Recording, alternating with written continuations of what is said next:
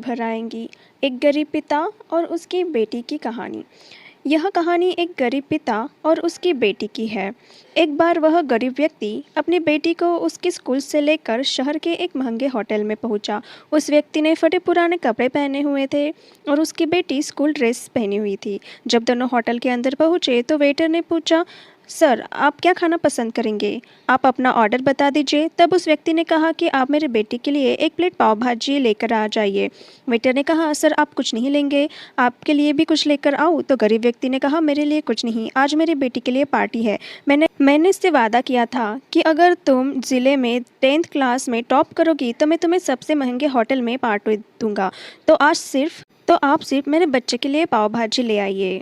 Waiter ये बात सुनते ही दौड़कर अपने मालिक के पास गया और बोला कि सर आपसे एक छोटी सी रिक्वेस्ट है कि आप मेरी सैलरी से पैसा काट लेना, लेकिन आज मैं चाहता हूँ कि उस बच्चे के साथ उसके पिता को भी एक प्लेट पाव भाजी खिलाया जाए, क्योंकि उस बच्ची ने पूरे ज़िले में 10th क्लास में टॉप किया है।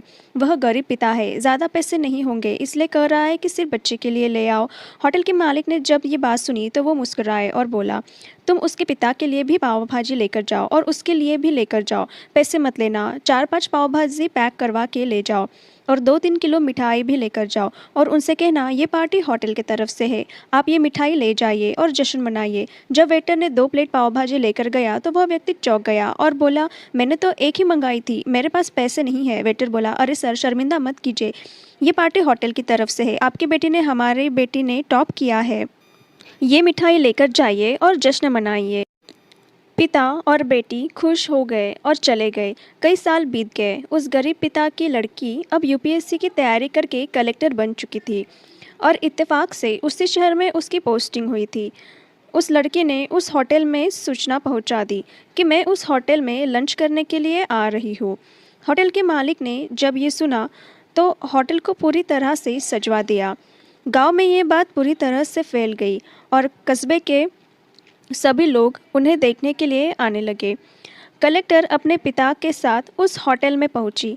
कलेक्टर ने होटल के मालिक से कहा, शायद आप मुझे पहचाने नहीं, हम वही पिता पुत्री है जो कि हमारे 10th क्लास टॉप करने पर आपने मुझे पार्टी दी थी।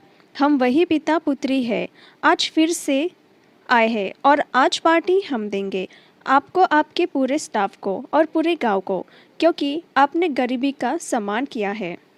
आपने उस दिन जो पार्टी दी थी मुझे बताया कि मुझे कितनी और ऊंचाई तक पहुंचना है, कितनी और बड़ी मंजिल को छूना है।